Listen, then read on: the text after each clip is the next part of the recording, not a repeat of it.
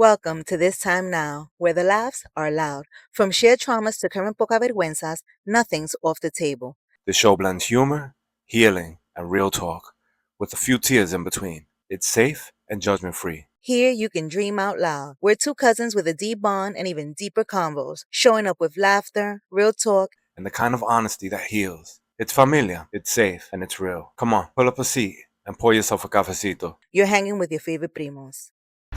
Welcome back to part two, guys. As we go on this journey and we go into Les's story and everything that she has been through. And before we get even started with anything, I want to thank you for ahead of time for being very vulnerable during this time because you recently lost your mother, my aunt. And so I want to thank you. I want to thank you for this, just being here and showing up. Thank you. So we get right into it. Before we get into anything that most recently has happened, I want to go back into the place and time when we first did the recording and where were you at, mentally, emotionally, and physically? It's funny because back then I had the thought of doing a podcast. You were also doing a YouTube channel. And we decided to come together one day for an episode. At the time, the reason why I wanted to start the podcast, I thought I was going to a midlife crisis. It was 4 years ago almost. But looking back, I shifted that thought, and it's not a crisis. I just had a pivot in life, right? Okay. And I realized that we have pivots in life. They're common. We have them often. For some reason, the mid one tends to feel bigger than usual, but it's just an opportunity to shift. So I was just starting to self-reflect on my journeys thus far, being a young mother and a wife. I felt like I hadn't really explored myself outside of those two roles. Being a mother, being a wife, that's my identity. So what I wanted to do and what I want to do moving forward is explore who I am aside from that. Like, who is Leslie? Who is Lel? What do I like? Not the things that I've accustomed myself to doing or maybe liking just because of the roles that I've lived. And they're beautiful roles. I love every minute of those two roles. But I want to explore more of me, not just what I think I like. I want to know what I really, moving forward, what's different. Take me back to that moment. You were diagnosed. What were you diagnosed with? And the diagnosis happened post the interview that we did? No, so I was diagnosed a couple of years before the interview. Okay. So that was actually, you're right. Thank you for bringing me back to that. That was also part of what I thought was a crisis, but it was just, like I said, a pivot that I needed to adjust. I didn't know what was going on with me physically. It ended up being RA. I was in a lot of pain. For a good 2 to 3 years, I didn't know what was wrong with me. So I kind of thought I was going crazy for a little bit because I'm having all these pains. There were days that I would come home from work and I can barely lift my arms. I couldn't do things around my house like I was used to.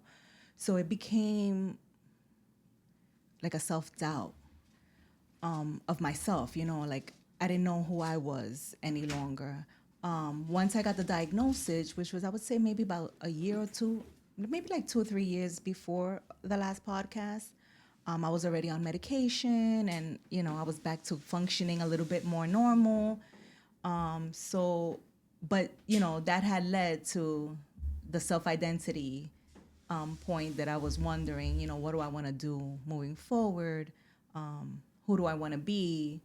And what do I want to do? All of that started, or I guess some of it started from my diagnosis and the lack of. How did your illness begin to affect your daily life, both professionally and personally? So like I said, before I was diagnosed, they couldn't figure out what was wrong with me. So I was having all these ailments. I'm in the medical field. So it's a very physical field. You're pulling on patients. I started wondering if it was the wear and tear from the actual job. my function at work wasn't as, you know, I've been I'm in radiology, so I'm a tech, and I've been a tech for about 26, 27 years, something like that. And I've always been very proud of my work, right? It was part of my identity going back. That's another facet of my identity. And when that was lacking and when I wasn't able to perform the way I was used to, it took a toll on my self-esteem. What do you wish people understood about living with a chronic disease? I think, especially in the beginning, some people don't understand because I've heard not only with RA, also there's fibromyalgia and different diseases that they call them silent diseases, because people are having pain and you don't really know where it's coming from, and a lot of people tend to look at you like, oh, you're lying, you're exaggerating, stop being dramatic. Deja el drama. So, and then you start to doubt yourself. Am I being dramatic? Is it in my head? So it's I wish people would understand, if they have anybody in their lives that are dealing with a chronic disease or that they don't know, that the doubt is we have doubts on ourselves as well as other people. So try to be a little bit more gentle, be a little bit more understanding, and maybe, suggest ways that you can find out what's going on.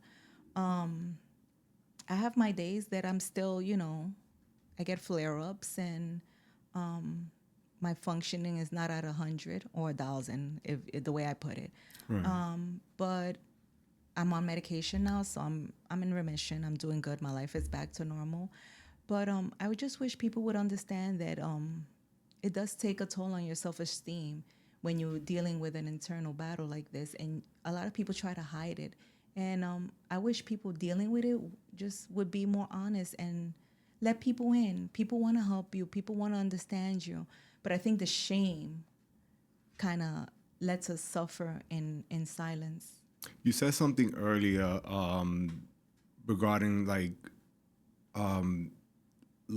pain, not knowing or whatever. Were there signs that you might have missed in like the beginning, or like that you overlooked?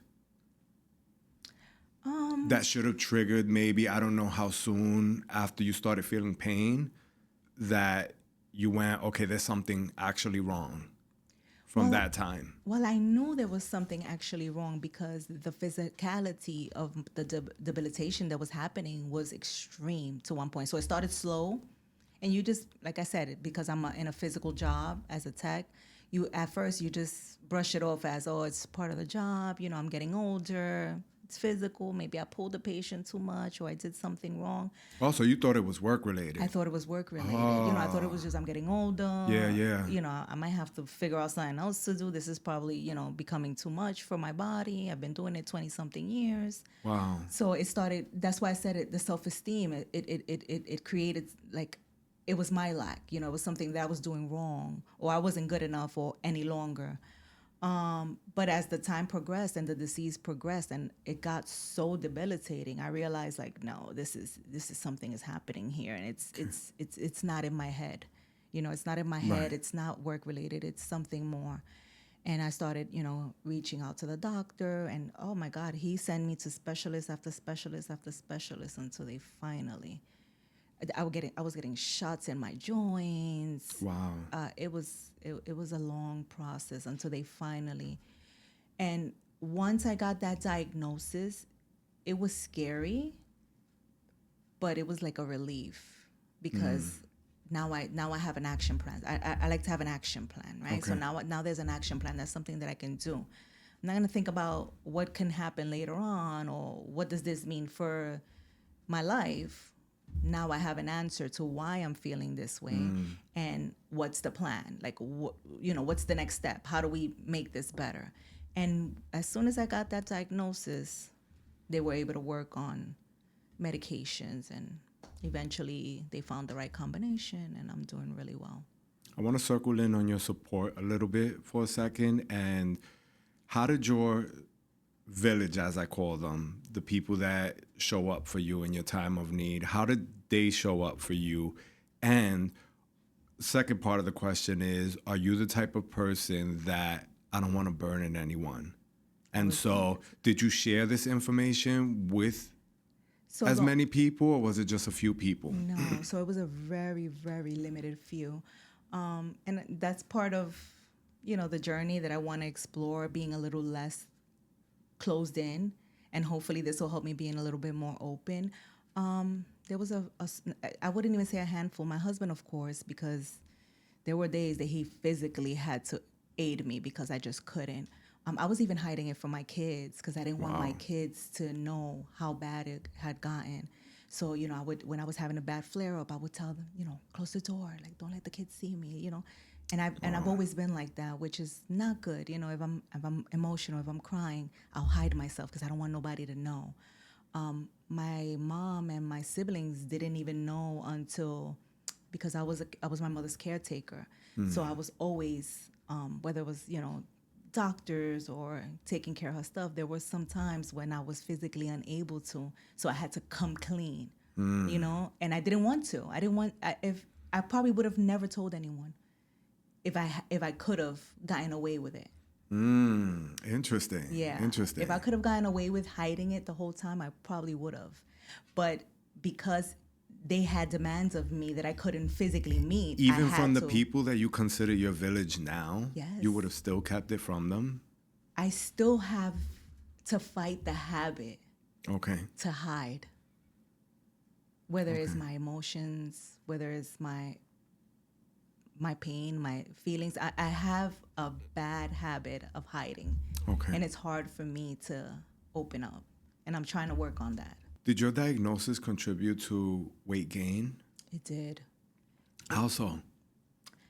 Well, I was immobile. I couldn't move. So I was barely able to get through the day of doing my actual physical work. Okay. So by the time I got home, I was unable to do anything else. So I was no longer able to take my walks. I was no longer able to exercise. Once I got diagnosed, it's funny because as great as the diagnosis was, once I started the medication, I was able to be more mobile. Now I was able to technically walk and exercise and try to do all these things to help the weight loss, but the medication wouldn't let me lose the weight. So it was a battle. Was the medication working almost immediately, or did it take some time? No, it actually took like 3 or 4 different medications before they found the right combination. What was the time period? And I ask because maybe a viewer is, just finding out or is in the process, right? And so what was that time frame? I would say by when I was diagnosed, they put me on the first medication. They want you to wait at least 6 months to 9 months just to make sure whether your body's actually acclimating into it. Then once the doctor saw that the numbers weren't changing, because they check your blood every couple of months. Yeah. And once he saw that the numbers weren't working or, weren't coming down like he wanted to, then I got switched to a different medication. We did that for about 6 to 9 months and so forth. And I think I'm on my I'm on my fourth medication. But this one I've been on for like the past 4 years. Okay. Yeah, so like 3 to 4 years, and I've been good since. This has been a good combination. I've been pretty much on remission. I'll have an occasional flare up here and there, but for the most part, I'm doing great. I want to jump a little bit into you had surgery, weight loss surgery. Right. Can you share what was the weight loss surgery? Was it like lap band? I'm ignorant. So right I now. had the gastric bypass. Okay. And I'm sorry, I didn't have the gastric bypass. Sorry, I had the gastric sleeve. Okay. So what that is, as opposed to the bypass, they bypass your stomach. So they take your esophagus and they put it straight into your intestine. The sleeve, I have everything the same way. They just make your stomach a little bit smaller or a lot smaller, but you absorb everything else and it functions like your regular stomach. So you're not bypassing, you're absorbing all the nutrients like regular. They basically just make your stomach pouch small. So like Okay. a little banana. So I know some people do the lap band. That's probably as far as my Right. knowledge There's lap goes. bands, there's And so bypasses. their diet, they really can't eat too much. If not, they eat too much, they end up throwing up. Is that the same way? Well, most of them are similar because you're restricting how much food you can eat. So at the beginning, especially, I was only able to sip a little bit of water for about a week. Really? Then eventually, I was able to have a little bit of puree foods, and then moved on to solids. Still now, I had surgery in February of 2024. Okay. So it's been a little over a year, like a year and a Okay. half. And I'm able to eat everything and anything, but of course in very small portions. So I'll usually, if I'm gonna drink, I'll drink first, wait a little bit, and then I'll eat. I usually can't eat and drink at the same time. But I'm pretty able to eat pretty much anything.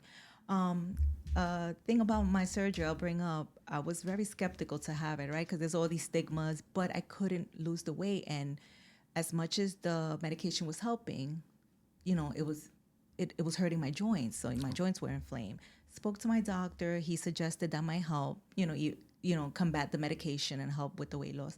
And I wasn't 600 pounds, but I was the heaviest that I've ever been. I was I think 230 at the time or something like that, 225. So it was heavy for me. It was, I couldn't feel, my joints were hurting still. And, so I decided to go through with it.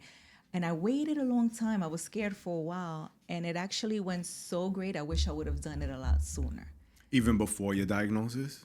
Probably. Or maybe immediately after. As soon as I saw that I had ballooned. Okay. Even after I was that heavy, I kept trying to lose the weight on my own and trying to, do everything I could on my own, exercise as best I could. And it just, nothing was working. And but I was thinking about that surgery for almost 2 years before I finally decided to do it. And had I known it was going to be so good, I would have done it immediately. I barely had any pain. I have never thrown up since. Well, I got drunk a couple of months ago and threw up a little bit, but never from the actual surgery or from eating. You know what I mean? So I've had a great experience with. Has your relationship with your body changed? And if so, how?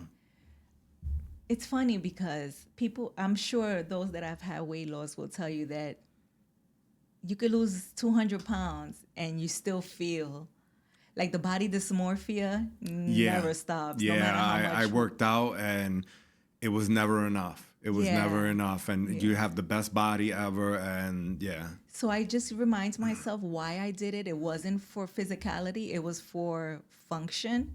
And I'm doing 1,000 times better physically. I feel great. So whenever I'm having that, I hate looking at myself in the mirror. I remember why. Okay. And it was not for the looks. Not to say that the look, not to say I don't want a little tummy tuck. Eventually, maybe we'll put it in the Patreon and show you that process. But What's something that you wish somebody would have told you about weight loss surgery that maybe somebody's wondering that you could probably share with them? Like I said, the positive is I wish I would have known how great it was going to. At least the one that I had, the sleeve, how smooth. The only thing I had no pain. The only thing I was tired. I slept for 2 weeks pretty much, but I had no pain. And just my process was absolutely better than I thought. I've heard so many horror stories that I wish, and there are those possibilities. Some people might have complications, but for the most part, it's a real simple, easy surgery. At least that was my experience. Is it a same day or It's a not few same days? day, but you don't spend too many days in the hospital. Okay. It's I think I spent maybe 2 days in the hospital. Once you drink a little bit of liquid, I think a medicine cup you're able to drink that, and you're not in excruciating pain, then they'll let you go home. So I was able to go home, I think in a day or two. Okay, let's jump into the job that you were doing. How long were you working for the company that you were working for when all of this was happening? So I was initially working for a company prior, and they got bought out by the current company that I was with when everything was happening. So overall, I would say over 15 years, but for the last company, maybe about 7 years or so. So if we can talk a little bit about, you obviously mentioned that with all the pain that you were going through, it affected your work, right? Or you couldn't figure it out, like what was happening at the moment. But at that time, when everything was already figured out and you were going through everything, you were let go? Yeah. So at the beginning, it didn't really affect the work because I gave the work my all. So when I got home, there was nothing left. Right. So at the beginning, it didn't affect the work.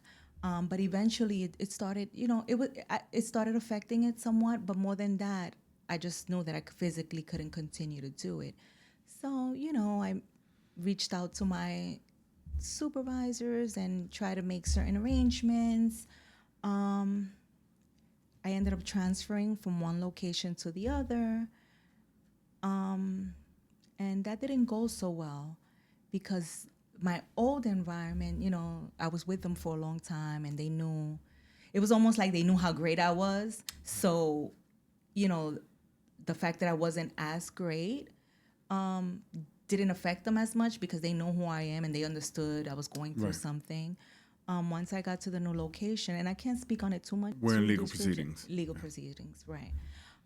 But when I got to the new place, I didn't know them. They didn't know me. But, I try to be honest the whole way. And I obviously, you bring your documentation and you bring your, you explain what's going on. You bring your legal documentations from your doctor and you give them in, your FMLA, all that kind of stuff.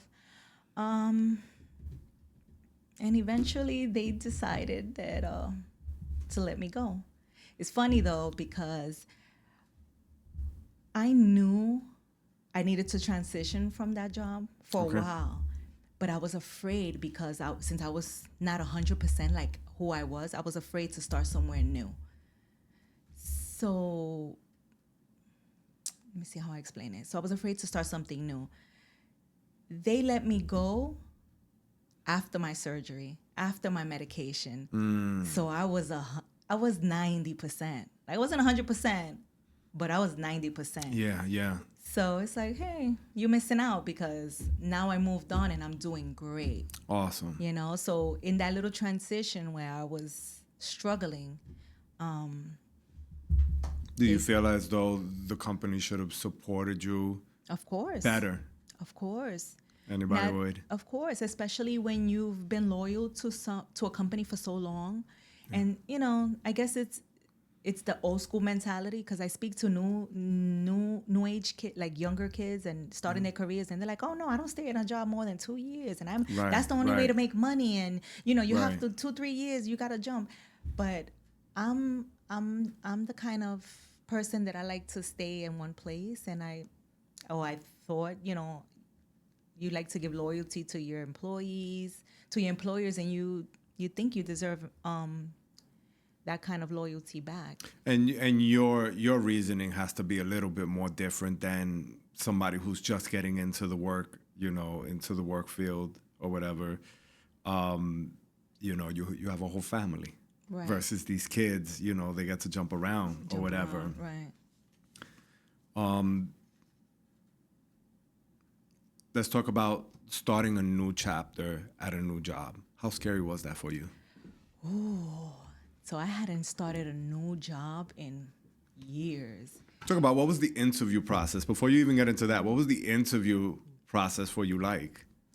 Because that has to be scary. Funny enough, it was scary it was scary up to I got there because I'm so knowledgeable in what I do and I have so much experience. Then once I sat there and I was talking to this new person and he's asking me questions, I'm like, yeah, and they're actually looking at me like, oh, which they told me a few times, like, oh wow, like why are you coming now? Like, where have you been? Like, where you been on? Not where you been on, like, but it's like, Yeah. I was so scared and thinking that I don't know, maybe that I wasn't enough because of the process I had just left. Yeah. Even though, I knew, I know my credentials, I know what I do, but because of that process that I had went through, it left my self-esteem kind of lacking a little bit. So going up to that interview, I'm like, oh my God, first of all, I don't know how to interview anymore. I haven't interviewed in like over 15 years. So I don't even know what Right, that right. process is like. What do I say? How does that work? But then also it's like, am I going to know enough? Am I going to be enough? Right. And then once I got there and I'm talking, I'm like, oh, okay. Like this, why did I wait so long? Like, well, I should have done this sooner. Right. What fears did you go in with once you started the job? Just new environment. Like I said, I'm a creature of habit. Right. So just, being out of my normal environment, being around new people. It was a new machine, but I got training on it. So that wasn't a big deal. I think it was just in my head, just the self-doubts, am I going to be enough? That kind of stuff. Did you ever consider leaving your career totally? Well, that was part of the crisis, right? The whole podcast thing and, starting it 4 years ago, that was kind of why I wanted to start this, because I wanted to explore that. And, is this what I wanted? Because I was going through so much, is this what I want to do for the rest of my life? Because I make a good living with what I do, right? So then that's a thought in itself. Like, do you leave something so secure and, and the lifestyle that you used to venture into something new, and what does that look like?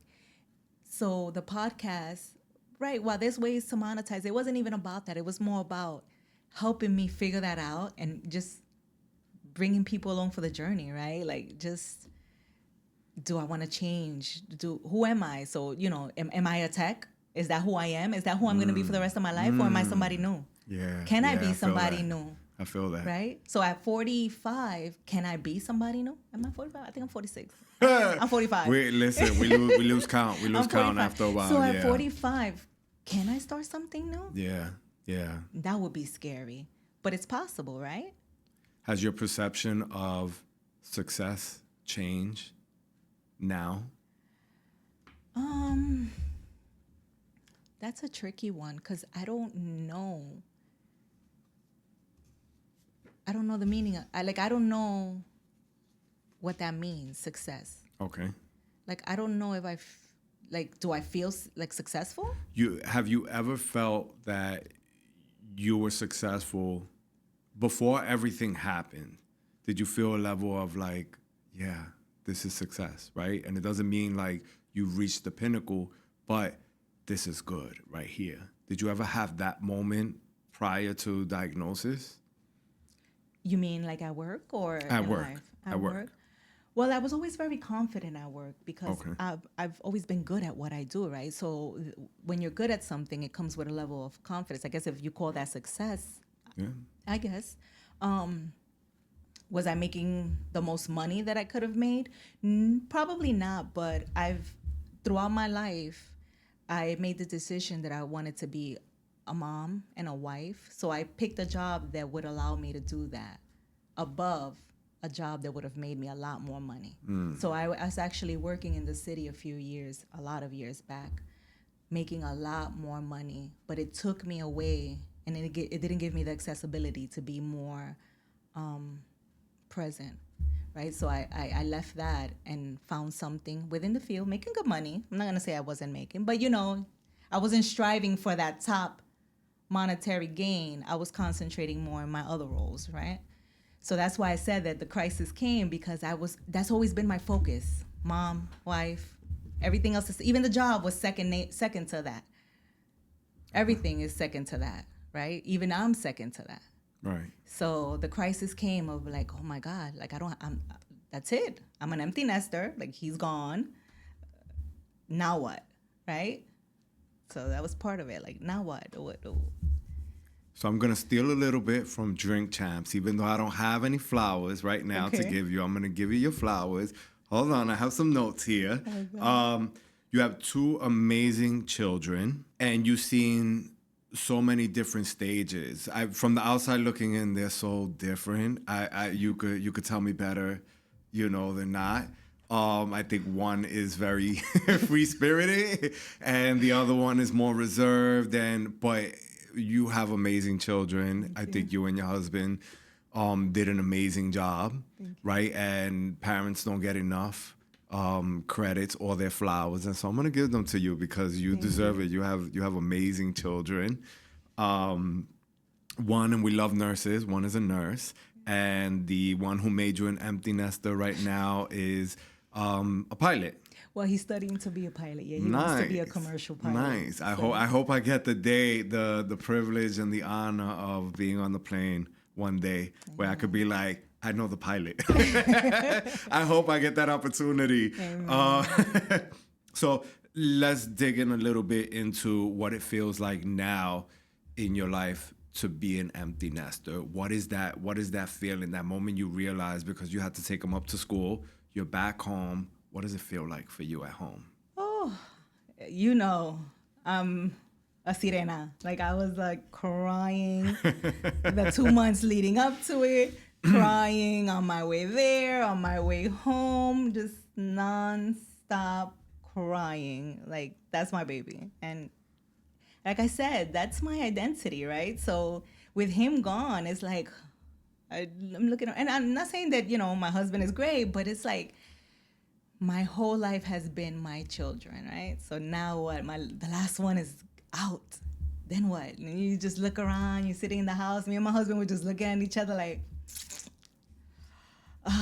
what now? Like, what do we do? Like, just staring at each other like. Wow. like did you guys say, well, job done? Like, at least because I know when people have kids, like the job is never done. As a parent, you never really like sleep well until you know that the kids are okay and things like that. But like, was it like a checklist thing for you guys? Like, okay, we did it. Did you ever have that moment, or you still not yet? You know what? What do they call it? Helicopter moms? Like, my daughter's 27. I'm glad you said it. And like, listen. Still, my daughter's 27. I have a grandchild now, and it doesn't stop for me. Like, when he's in school, I'm calling him 2-3 times a day. My daughter texting constantly. And they hate it, but they love it. Because, you know, my daughter tells anybody, if my mom, you know, she has any inconvenience, she's picking up that phone like, Ma. And she tells anybody, if my mom is on board, I don't care what nobody says, you know. But then she don't like when I'm not on board. Because you know what, I'm going to call you later. Click. You know, she don't like that part. She don't like the truth part. But, so, you know, I'm a little neurotic, and I don't know if it'll ever stop. And that's part of the problem. Okay. I wouldn't call it a problem. Moms out there, I'm sure some can relate to me. And some will probably like, cut the cord already. But anyway, I'm neurotic. I'm neurotic with them kids. So I don't know if it'll ever stop. But it did feel like, okay, at least one, we got him through high school, right? So we got another one through high school. We got another one in college. And that one is like so...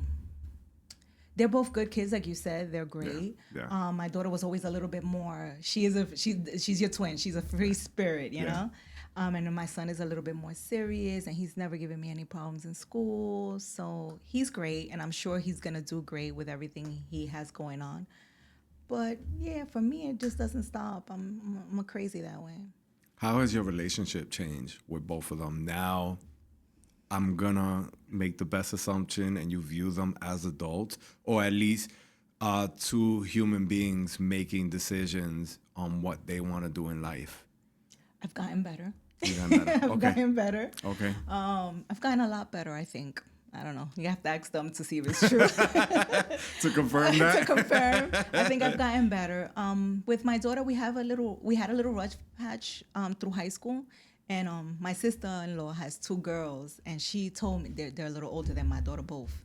And she always tells me, no, this time from 14 to like 18, 17, 18, 19, those are going to be the rough years, especially with girls and mothers. They tend to battle the wills. Gosh, yeah. You know?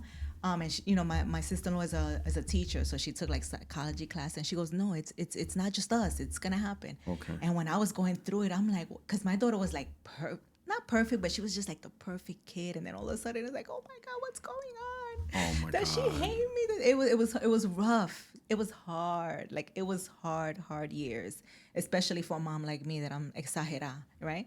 So, but I think once she moved down and she had her daughter, I think especially was the turning point for our relationship more than anything.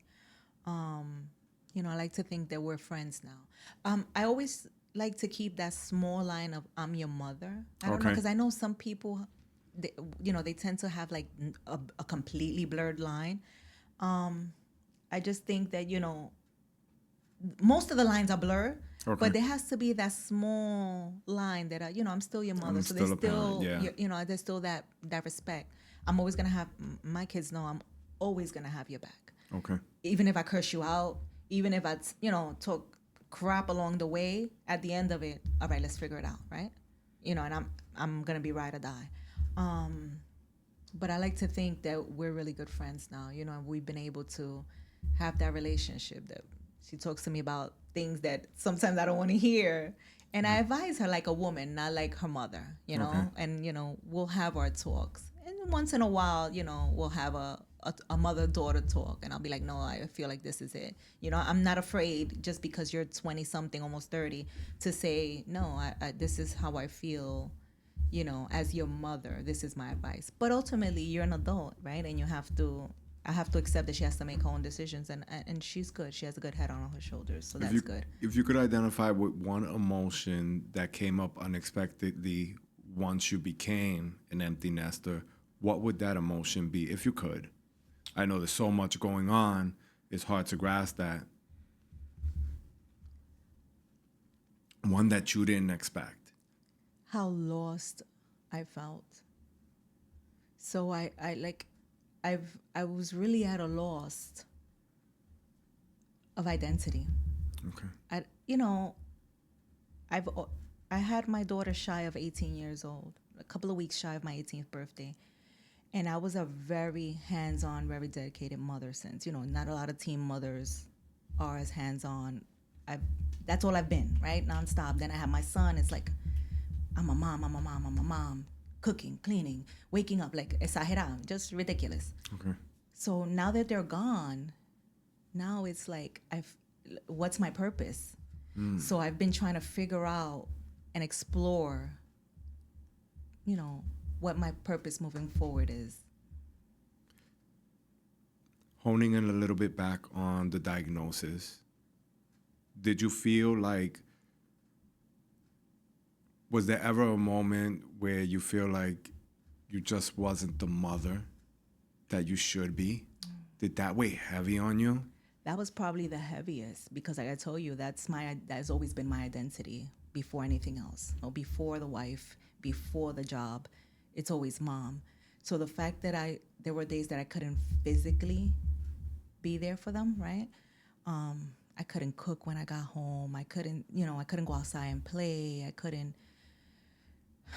I would have to hide myself because I didn't want them to see how much pain I was in and what I was really going through, which I probably shouldn't have done that. But I was trying to shield them so much that I wasn't giving them the best of me at the time. It's like I said in my interview, there's no manual, right? And so looking back, do you give yourself grace now? You say, like, I did the best I could, right? I do. Looking back, I realized that I did the best I could. I just wish if I can talk to myself back then, I would open up more and open up sooner to more people, right? Even my kids, like, they could have handled it. Everyone around me, not only could they have handled it, but they could have assisted and helped. Not even physically, just emotionally. I would have not felt that carrying that heavy of a burden of hiding. Okay. How are you staying connected with them now as adults?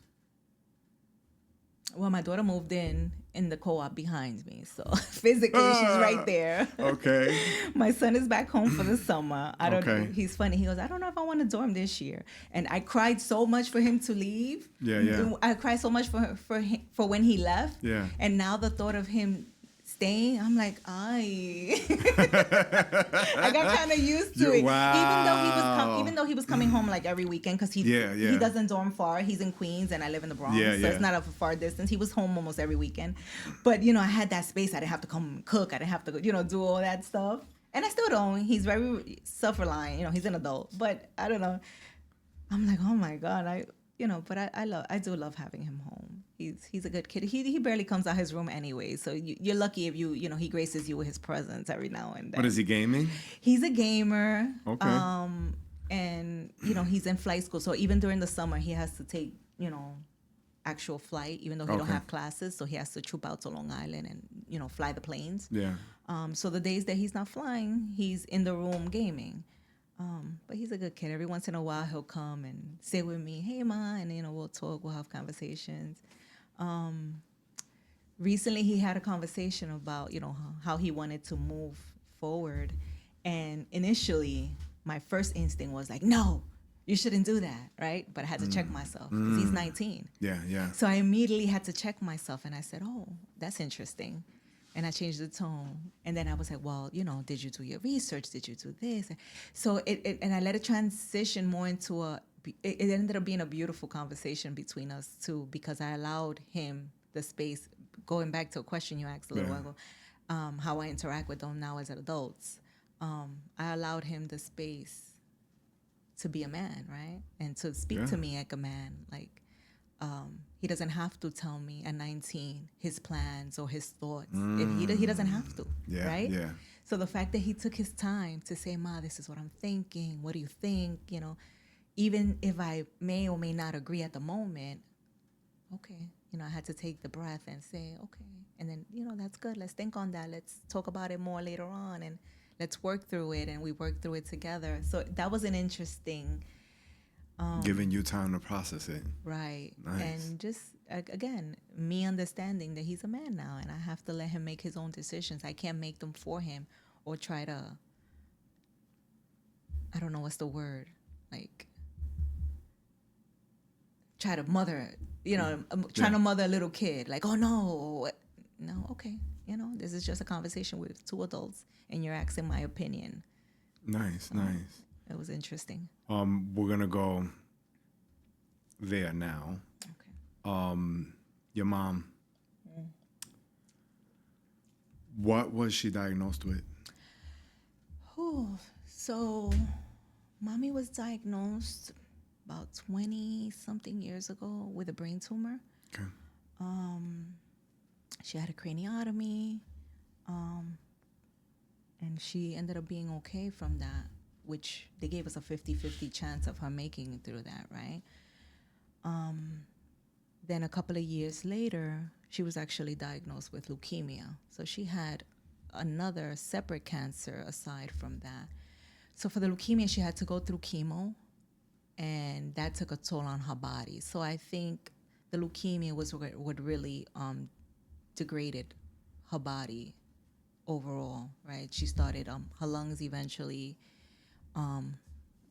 suffered the most from it. She ended up with emphysema and end-stage emphysema. She was on oxygen, 24-hour oxygen, for the last few years of her life. And eventually, after 20-something years, the brain tumor came back. So the brain tumor that she had was initially a very, a very slow-growing tumor. But they said when it comes back, sometimes it comes back 15, 20 years later, it comes back aggressive. And then that's what happened. Did they tell you that in the beginning? No, we They didn't said know it that. after the fact. Right, we didn't know. So after leukemia? After leukemia, she was fine for years. Even though she was on oxygen for a year, she was actually physically okay. Anybody that knows my mom, hard as a rock. Right? Even the doctors were amazed of how long she lasted and how strong she was along the way. So no, we didn't know until towards the end. Her cognitive started. She started having more seizures. Her cognitive started changing, and at first they thought it's probably just scar tissue from the surgeries. They used to do MRIs on her every 6 months, and it took like almost 2 years till they finally said, oh no, because they couldn't tell if it was actually coming back or if it was just degradation from the surgery prior, because she had almost a fourth of her brain removed. Originally, it was a big tumor. It was like the size of an orange. Wow. So, so it took them almost 2 years to say, okay, no, this is actually the tumor coming back. And then by that time, it was already, she was on a rapid decline from there. So, and you had to deal with your own illness at the time. Right. How was that, dealing with your mom? Well, that's probably why I hit it so much, because I had so many people depending on me. Yeah. That I didn't want to add that burden of what I was going through. But like I said, eventually I had to fess up, right? Because there was times that I just couldn't physically do what they needed me to do. So I had to fess up and let them know, listen, I'm going through my own situation and I'm not going to always be able. I need you guys to help out a little bit more, you know. And my siblings, they're good with that. Especially my brother. My brother really took over her care at the end, on the day-to-day care. I would have not been able to do it without him, you know, because I did everything else, right? But I work, so I wasn't physically able to be there. And I lived separate from her. He lived there. So between him and my uncle, they really did the day-to-day physicality. I always say that there's always one sibling who takes on so much, and it allows other people to be sort of like kind of easy, right? Yeah. You get to, when one person's carrying all the weight, you get to like show up every now and then, but your brother shows up. So that was dope. That was dope. Was that your expectation, or were you a helicopter on how they should be showing up? I don't think I ever. I think quite the opposite. I think I shouldered it, because what happened was when my mother first got diagnosed, my siblings were young. They were really young. I actually had to take care of them and my mom when she first got, you know, because they were still they were like teenagers. Okay. So that was always my role, right? So I think that was part of the problem of me not wanting to tell, because I was so used to doing it all that I was used to, you know, I was just used to doing it all. I didn't want to put that expectation. So it took my not being able to, for me to ask for help. Not that they weren't helping, not that they weren't doing their part, but it was just that I was just so used to doing, that saying, okay, I'm going to need a little bit more support and help here, and this is why. And it was kind of like a shameful conversation for me. Not shameful, but it was more like, I'm sorry, I can't do as much, you know? Yeah. But I just can't right now. And Not wanting to be a burden on anyone, even though this becomes, when a parent becomes sick, it's everybody's responsibility. It's everybody's responsibility. Right? And they were more than willing. Yeah. Because as soon as I said I need, everybody jumped in, right? But it took me a while to be, like, I don't know if I didn't think they can do it, or it's just knowing, me thinking that I can do it all. It was a hard thing to say I can't. I just can't, you know? 20 years is a long time. Yeah. To be dealing with an ill parent. Is there one memory throughout the whole 20 years, one that's really stuck with you today that you could think of? One that it might have been a private moment, right? You don't have to say exactly what it is, but just something that is carrying you. Like, I'm always going to remember that one moment. Well, I guess the culture for my mom, and I don't know if it's most Hispanic families, you know, we immigrated from Puerto Rico. So I came here when I was 6 years old. My siblings were born here, but I came when I was like 6 years old. And I don't know if it's their culture, like they don't really speak too much about the family history. Everything is taboo, right? Yeah. So it's like you don't know nothing. And you don't know the stories that they're important. I think that's why conversations like this are important, because it's important to have these conversations. So everything was quiet. So when my mother got sick and she was going through the leukemia that she was doing chemo, she ended up in the hospital for about a month. Okay. I took a leave of absence from work, and I already had my daughters, and my husband still with my daughter home. I took a leave of absence from work, and I was with her around the clock in the hospital. And just the conversations that we were able to have in that moment, as hard as that moment was, I was able to learn so much about her. I don't know if it was, you know, because she was ill and maybe, we didn't know what the future was hold, but I just learned so many stories about her family, about her childhood. Good stories, traumatic stories, but nonetheless stories that I think are important. You know, they're important to speak of, and they're important to know. And I learned her a lot in that time. I was able to learn and talk to her and learn about who she was, the things that she wished she would have done differently, that she, you know, It took that happening in her life for her to open up to open up. about, because she was a very strong person. Very, very. Very, the Character. countless stories of And just like, character and everything. But yeah. when you hear the stories of the things that she went through, you understand Yeah. why she was the way Yeah. she was. Like, we always knew that my mom loved us, right? There was never a doubt. But she was, because she didn't grow up, right? She grew up with with her grandmother raised her in a house full of like 15 cousins. yeah, So I guess they didn't have that. She didn't know how to say I love you. So I didn't get an I love you from my mother until I was an adult. yeah. Like, I and I went, love went you. through the same thing. I went through the same thing when I took care of my dad. So I think I made an effort to overly. I think that's why I'm the way I am with my kids, and I'm like Yeah. overly mushy and overly I love you every few minutes. Y Dios te bendiga, and probably because of that, right? But I know she loved us, right? And I know there was no doubt. But I didn't hear an I love you until I was an adult. We hug more than the previous generation, and we say I love you more, because it comes out of my mouth. I see my nieces and Constantly. nephews growing, and yeah, We say I love you when we hang up the phone. absolutely. And we didn't grow up with that. yeah. So There's one piece of advice that you could give a family or somebody going through what you went through. What would that one piece of advice be right now? don't forget to take care of yourself while you're taking care, while you're being a caregiver, right?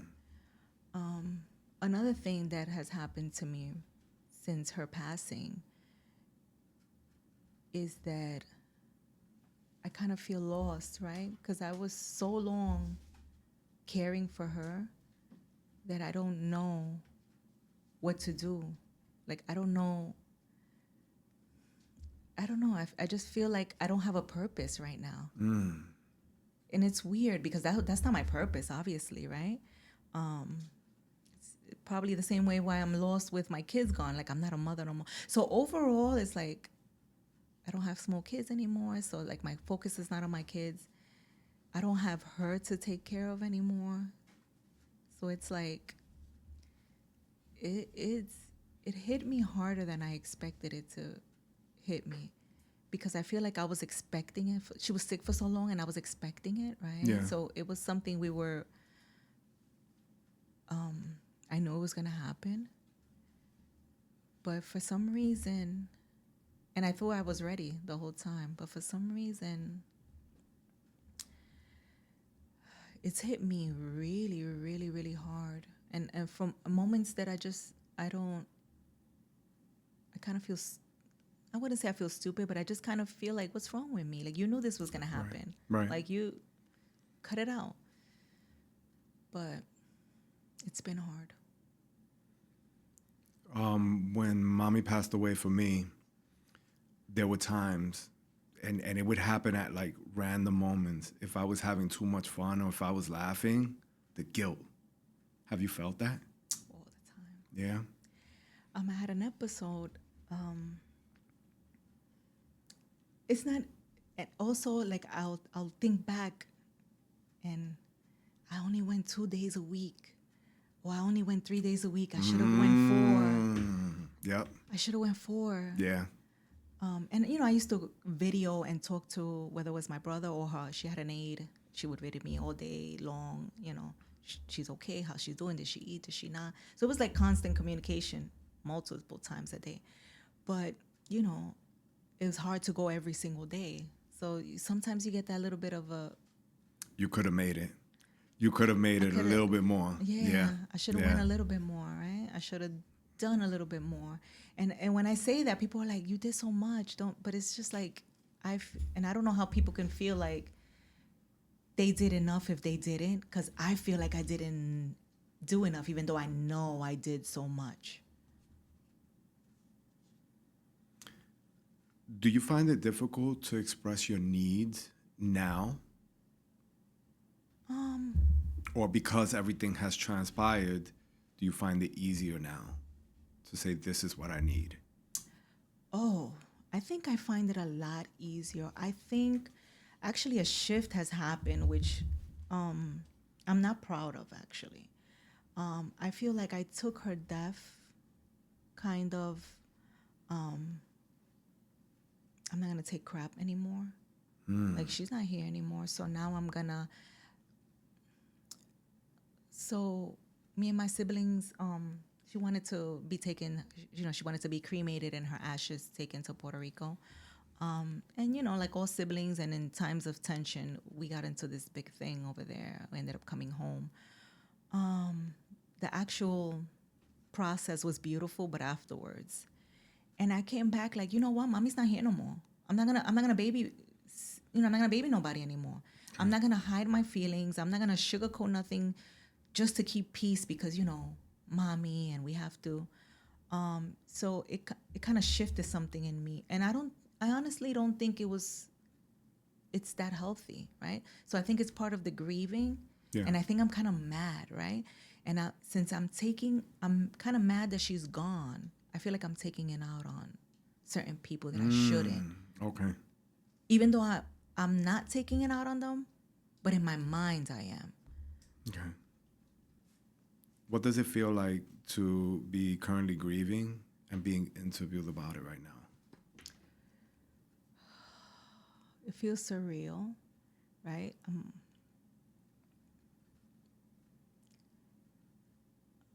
I don't know how honest I can be, Okay. right? I want to be as honest as I can. I feel weirded out. Like, is some part of me feel like, is it wrong that I'm talking about this so soon?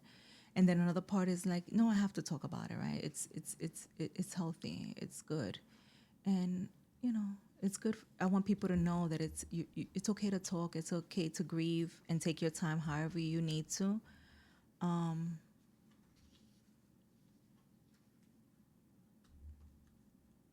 And talk about it, right?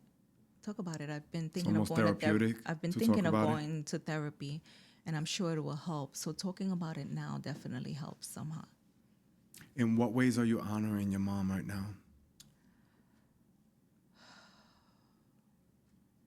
And it's okay if you can't think of anything because you're still going through a process.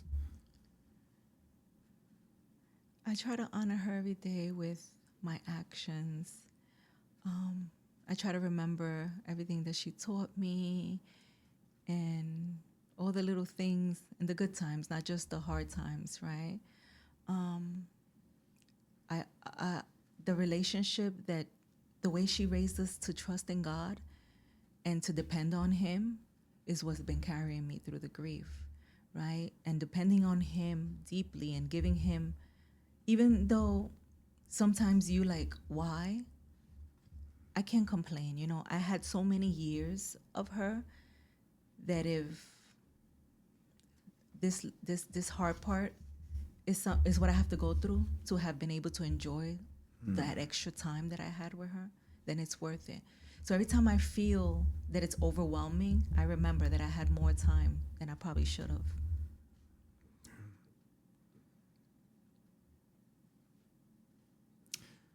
Looking back at your whole life, is there anything that you would have done differently?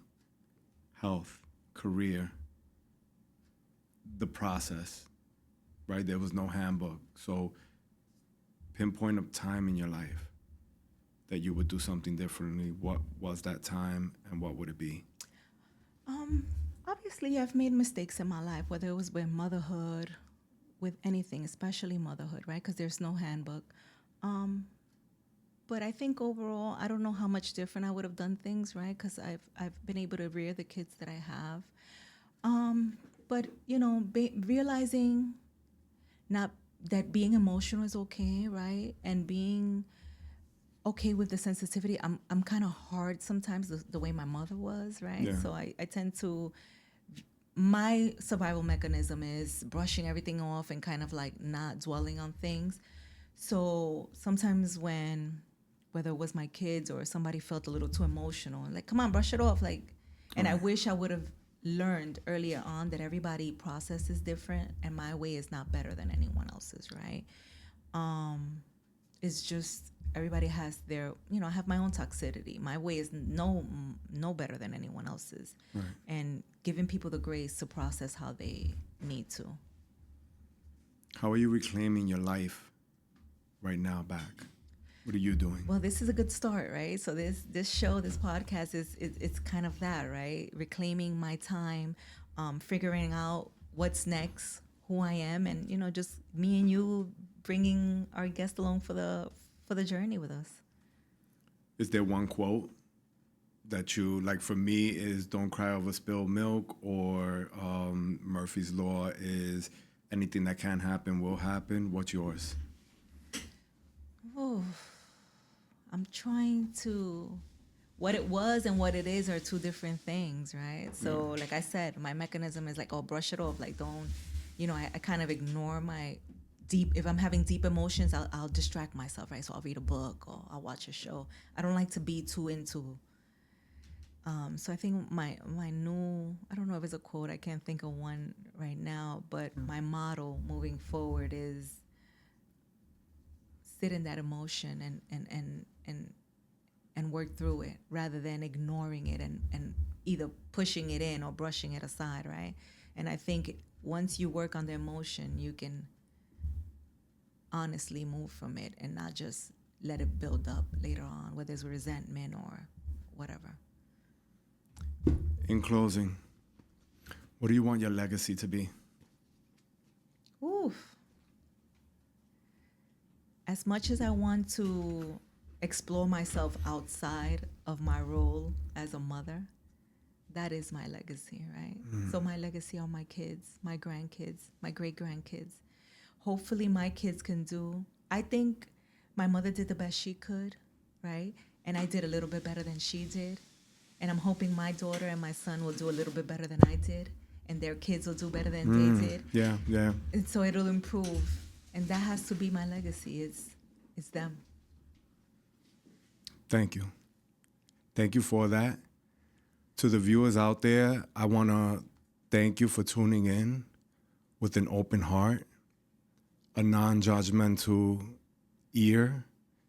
Know that we all have challenges. We all been through so many things. It's not easy to be vulnerable. We do it so that everyone can see a piece of us in their lives. And so I want to thank you.